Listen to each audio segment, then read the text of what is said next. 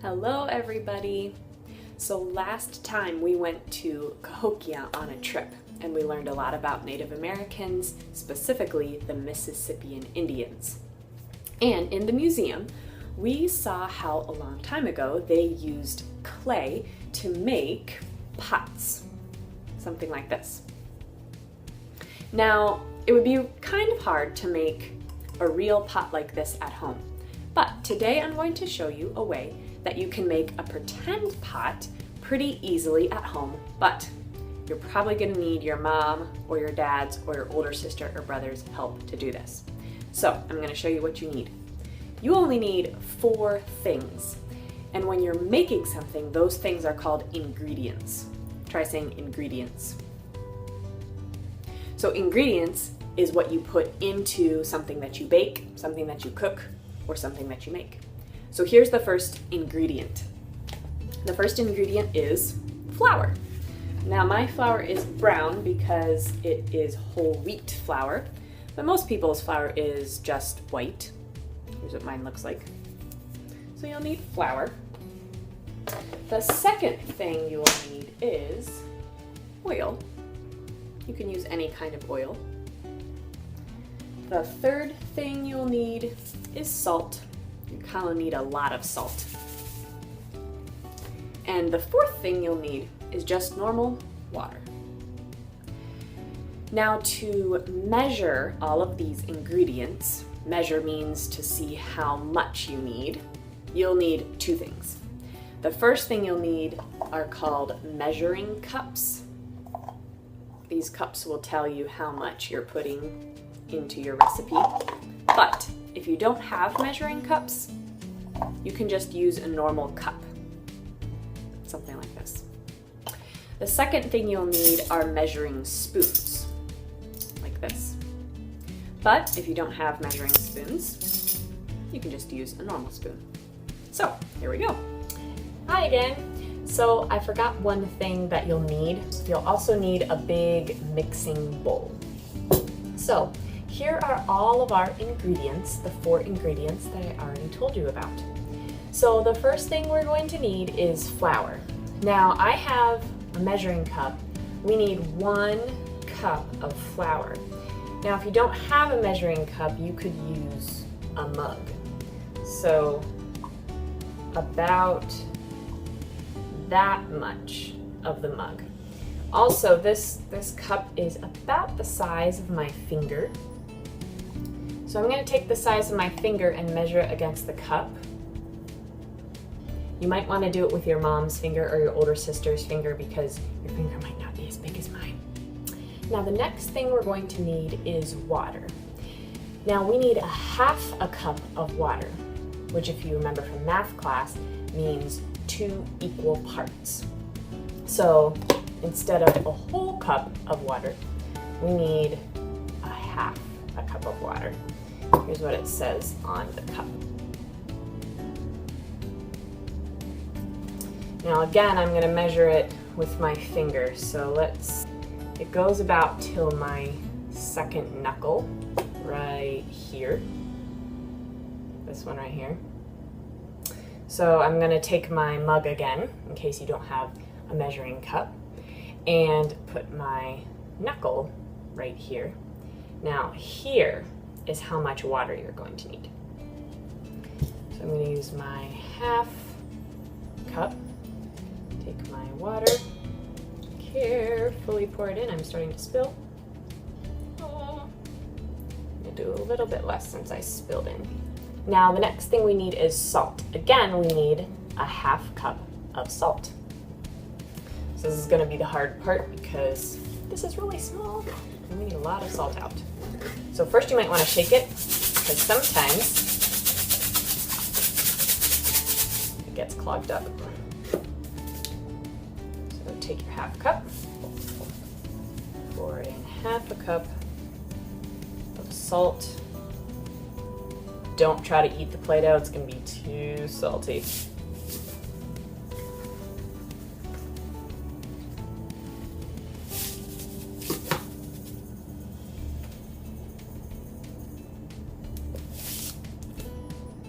Half a cup of salt. Now, last but not least, oil. Now, the oil you're going to need, you can just take a normal spoon, pour it in, like that. But if you have a measuring spoon, the teaspoon and the half teaspoon.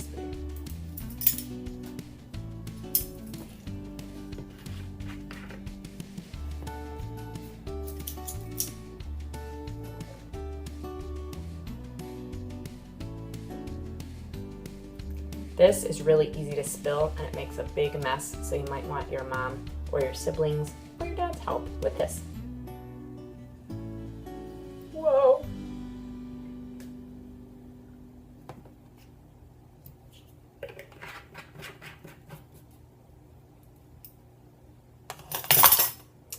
Okay, now you're going to take your spoon that you were using for measuring and mix it all up.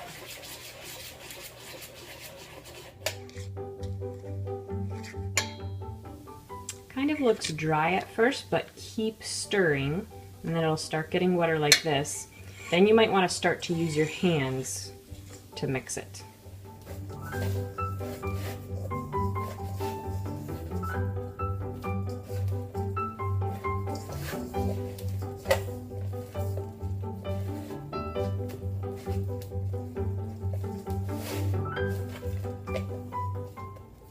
So pretty soon it's going to turn into a ball, and I'm going to keep mixing it so that it works really well.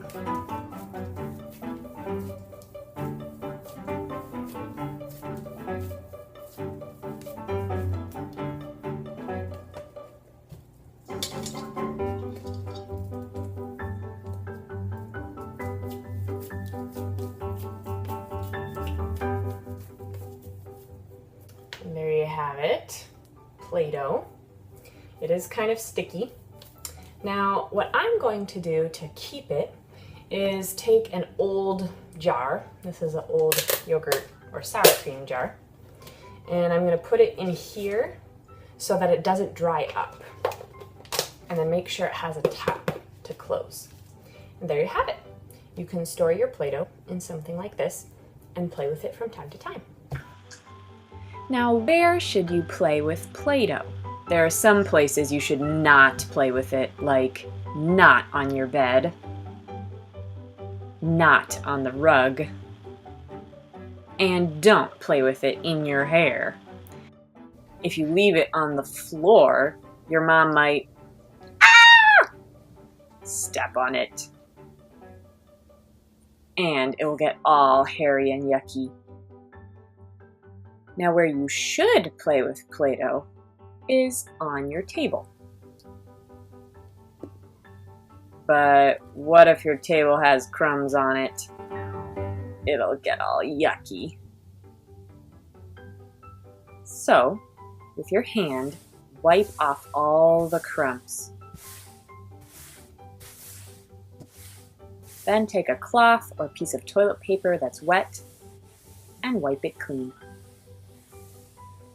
Now you're ready to play Play-Doh.